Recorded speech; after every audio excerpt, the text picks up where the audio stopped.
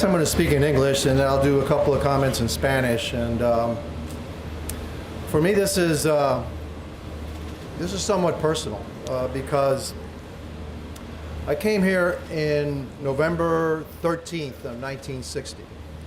And if you go to my office in D.C., you'll see the telegram that my mother sent to her aunt, my great aunt, who was already here in Miami, saying that we'll be arriving on a national flight, I don't remember the number, tomorrow, and it was November 13th of 1960.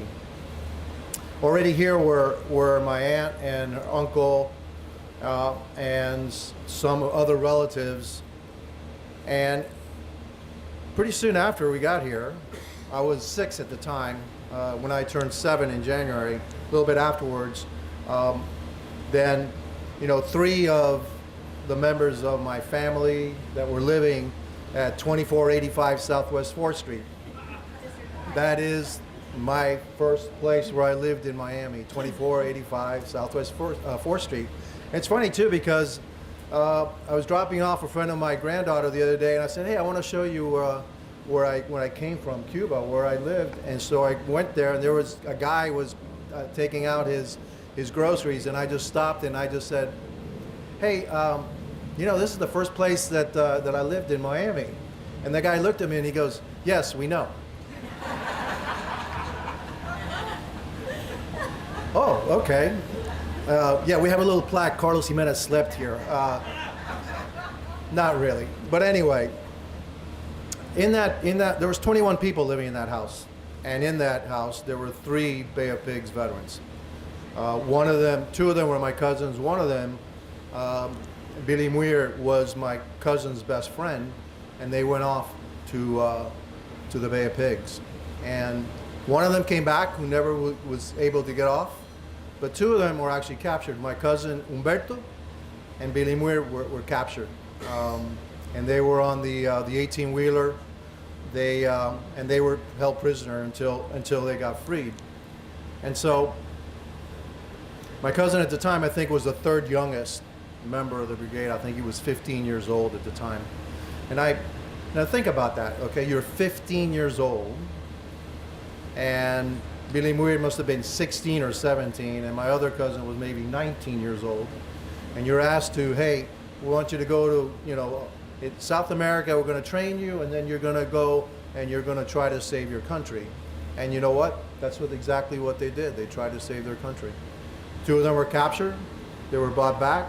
And I asked my cousin at the time, I said, hey, what happened? And he said, we were winning until we ran out of bullets. So we ran out of bullets. And we ran out of bullets because they sank the 2 supply ships that were supposed to supply the invasion, and they sank the 2 supply ships because they didn't have the air cover that they were promised. And so I sometimes harken back and said, had they had that air cover, Cuba would be free, and then what would our lives be like? We'd be in a different place. I know a lot of us would be somewhere else. I wouldn't be here. But you have to really, this museum and library is going to tell the story of what happened.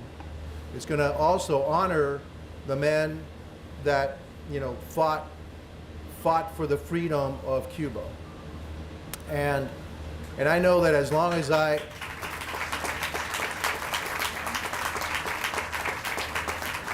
as I am in public service, I will not stop until we do have a free Cuba.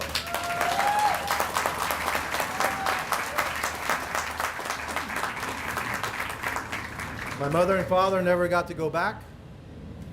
And unfortunately, some of us, some people probably in this room will never go back. But a lot of us will go back because we will see a free Cuba. That is what we owe to the men that fought here, that fought there, and are being commemorated in this new museum and library. We owe that to them. We owe that to the people of Cuba. We owe that to the American people, actually, also, to have a free and democratic Cuba, because America has to be the beacon of freedom and democracy. We have to protect freedom and democracy in our hemisphere and around the world, but especially in our hemisphere. And we can't, should not tolerate a regime that for 60 years, over 60 years, has been oppressing its people and denying them basic human rights.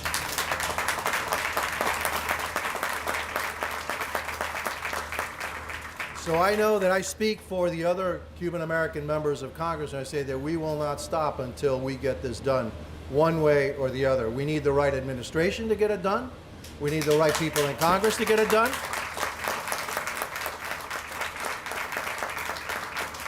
But we got to get it done because, again, we owe it to the men that fought there, that were captured there, that died there, and we owe it to the Cuban people. And so, for me, it's a great honor to be here. I get memories of those days. I was just a little kid, but I still remember those days. I still remember them going off. I still remember them coming back. I still remember this city, the way it looked like 60 years ago. It doesn't look anything like, it looks like now, due to largely to the efforts of people that are in this room. And so, another thing I say, when people ask me, hey, what's the difference between communism and democracy? 4 pictures, just 4 pictures. Havana, 1959, Miami, 1959. Havana today, Miami today. That's the difference. Same people, different system. This is when freedom works. That's what happens when you have communism.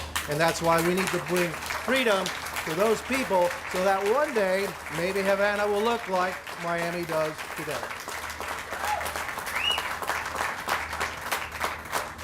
So again, it's a great honor for being here. En español, yo vine aquí en noviembre del año 60.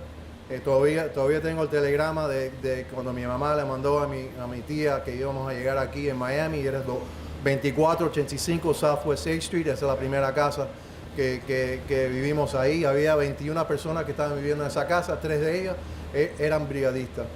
2 de ellos fueron capturados.